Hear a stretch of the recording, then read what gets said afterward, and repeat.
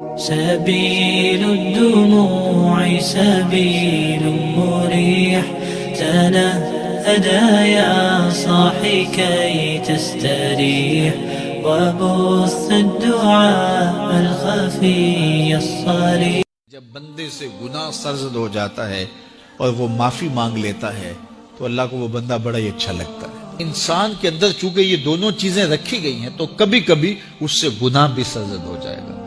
نیکی اس کی عقل، اس کا فہم، اس کا ادراک، شریعت کی رہنمائی، انبیاء کی تعلیمات اسے بتائیں گی کہ وہ نیکی کے راہ پہ چلے، لیکن کبھی کبھی بائیں سمت سے جو خواہشات اور آرزو ہے وہ بھی اس کو گھیر لیں گے اور اچانک اس سے کبھی کوئی گناہ بھی ہو جائے گا. اور اگر اچانک اس سے کبھی گناہ ہو گیا، کبھی آنکھ بھٹک گئی، کبھی خیال بہک گئے، کبھی سوچ میں آوارگی آ گئی، کبھی زبان نے میلا لفظ بول دیا، تو پھر کیا ہے کہ پھر فوری معافی مانگ لے. مومن جب گناہ کرتا ہے تو ایسے کیفیت ہوتی ہے جیسے ابھی احد پہاڑ تلے آ گیا ہے.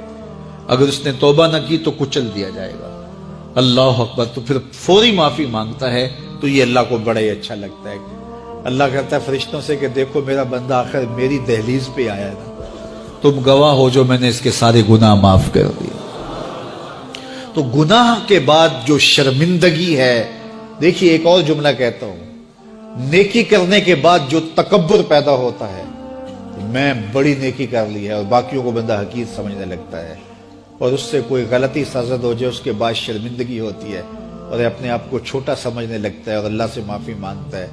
تو اس نیکی کرنے کے بعد وہ جو آپ کے اندر تکبر اور رعونت اور عجب پیدا ہوا، اس سے کہیں بہتر ہے کہ آپ سے اگر کوئی خطا سرزد ہوئی تھی تو اس سے آپ کے اندر عجز اور توبہ کا جذبہ پیدا ہوا. اور اللہ کو یہ بڑا پسند ہے کہ کوئی بندہ، چونکہ ممکن ہی نہیں ہے کہ جب انسان ہے اس کے اندر یہ خواہشات رکھی ہیں تو کبھی اس سے، یہ انبیاء کی ذوات ہیں جو پاک ہیں، باقی کبھی کچھ خطا سرزد ہو جائے گی، اس سے معذرت کر لے. آپ نے نام سنا ہوگا ایاس کا. محمود غزنوی کا بڑا محبوب وزیر تھا اور بہت زیادہ بادشاہ اس سے محبت کرتا تھا، تو آیان سلطنت جلتے تھے. تو بادشاہ گاہے گاہے کوئی ایسا منظر ان کو دکھلاتا کہ اس سے میں خاص پیار کیوں کرتا ہوں. ایک دن بادشاہ کے ہاتھ میں موتیوں کی بھری ڈبیا تھی اور محل کے اندر یہ ایک حوض تھا، تالاب تھا، تو اس کے اندر اس نے وہ سارے موتی پھینک دیے. شفاف پانی اور نیچے فرش پہ پڑے ہوئے موتی نظر آ رہے ہیں. تو اس نے ایک ایک وزیر کو کہا کہ یہ موتی نکال کے لاؤ، اور سنو اپنا لباس اور اپنا بدن نہیں بھیگنے دینا.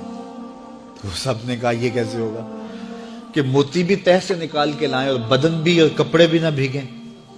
تو دوسرے کو کہا، اس نے کہا حضرت یہ کیسے ہوگا، یہ شرط ہٹائیں تو پھر میں نکال کے لاؤں. جب بات آئی ایاز کی تو ایاز نے فوراً چھلانگ لگا دی، موتی پکڑے، ڈھونڈے، ہتھیلی میں لیے اور کانپتے ہوئے بدن کے ساتھ بادشاہ کے سامنے پیش ہوا.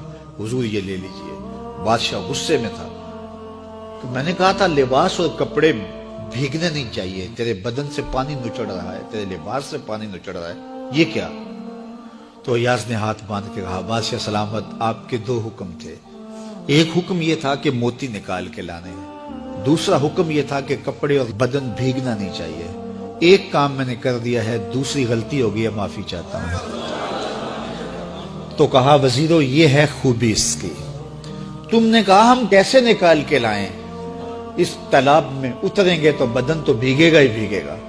تو کہا جب شہوات دی گئی ہیں، خواہشات رکھی گئی ہیں، آرزویں دیوانی ہیں، اور پھر اس کائنات کے اندر رہ کر کے حضرت انسان کبھی تو اس تالاب کی غلاظت سے اپنے آپ کو بھر ہی دے گا، تو پھر کمال کیا ہے کہ نیکی کے پھول پیش کر دے، سجدے کے موتی پیش کر دے، رکوع اور قیام کے موتی پیش کر دے، ہمدردی انسانیت کے ساتھ پیار کے موتی پیش کر دے، سارے موتی پیش کرے. پھر مالک کا جلال کہ تیرے کپڑے کیوں بھیگے، یہ گناہ کیوں کیا، یہ گناہ کیوں کیا، ہاتھ جوڑ کے کہے مالک اس کی معافی مانگ. تو اللہ تعالیٰ پچھلے گناہ نہ صرف معاف کرتا ہے بلکہ ان گناہوں کو نیکیوں میں تبدیل کرتا ہے. اللہ